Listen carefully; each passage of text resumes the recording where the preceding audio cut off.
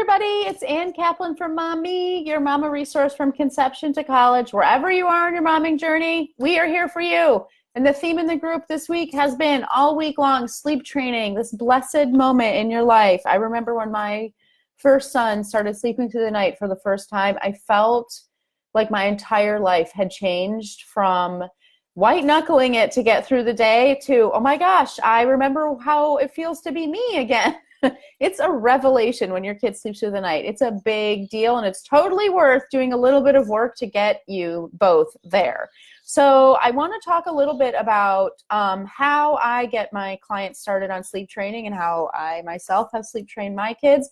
I'm not going to go through all the step-by-step, this is how you should sleep train, because the answer to that question is different for every family, and it would be like an hour-long Facebook Live for me to talk about all the different permutations of what sleep training looks like. That's something that is a much better conversation to have one-on-one, so we can actually talk about what's going on with you, what your beliefs are, how old your baby is, what signs we're seeing, blah, blah, blah, blah, blah, and come up with a plan. But in general, for all people who are thinking about sleep training or just even making changes to the rules and regulations around sleep in their family, these pieces of advice will help you no matter what. So the first step in sleep training is deciding that you and your baby or your child are ready for sleep training. So I talked a little bit yesterday about the signs and kind of check marks we like to see before we start sleep training our kids. So that's definitely one thing.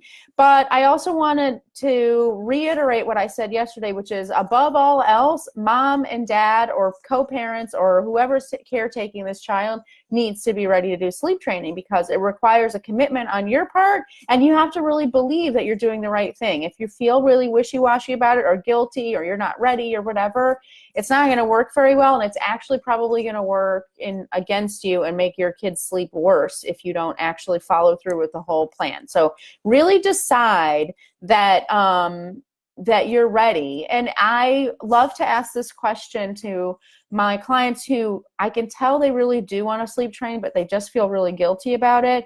I just try to ask this question and pose this question to them. Do you believe that continuing to be sleep deprived as a parent is the best thing for your family?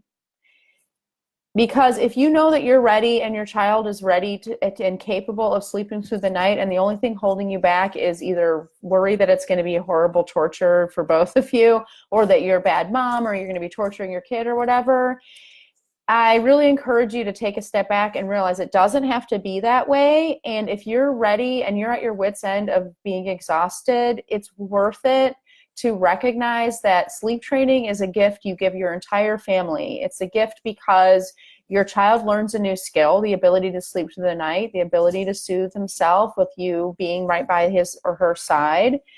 It's a gift you give your family because you give them the gift of a well-rested mom, and that is profoundly impactful to your child. And it's a gift you give yourself because you're not tired all the time. It's so worth it. So decide that you're ready. Really commit. Like, okay, this is it. I know this is the next step for my family. We're going to do it. It is time. We are ready. Then my next suggestion for you is don't just go into it willy-nilly. Figure it out. Make a plan. Decide exactly when you're going to do it. So for some of my clients, if they have like a traditional work schedule, I suggest starting on a Thursday night, because then you only have one day of work where you're a little bit sleepy because you've been up during the night, resisting your urges to do certain things with your kids that you know are going to be counterproductive. And then you have the whole weekend to get through it and continue to go. So that's my suggestion, but don't just schedule it when you're going to do it. Figure out exactly what you're going to do. Are you going to use like the fade away technique? Are you going to use intermittent soothing? You know, what are you going to do? Exactly how you want to do it. And really have a plan. And if you have a co-parent who's going to be doing this with you, make sure your co-parent is part of that plan and you guys are on the same page and everything. Schedule it, put it in your calendar, all that stuff. That's that planning step. And the last thing I want to say is execution. Execute your plan, stick to your plan, follow it through. There's definitely going to be some rough patches. Your kid is not going to like it. Your kid is used to what you were doing before, and the human brain fights change. It's just natural, normal way that a human brain works. Change is scary. We are programmed to try to stay the same.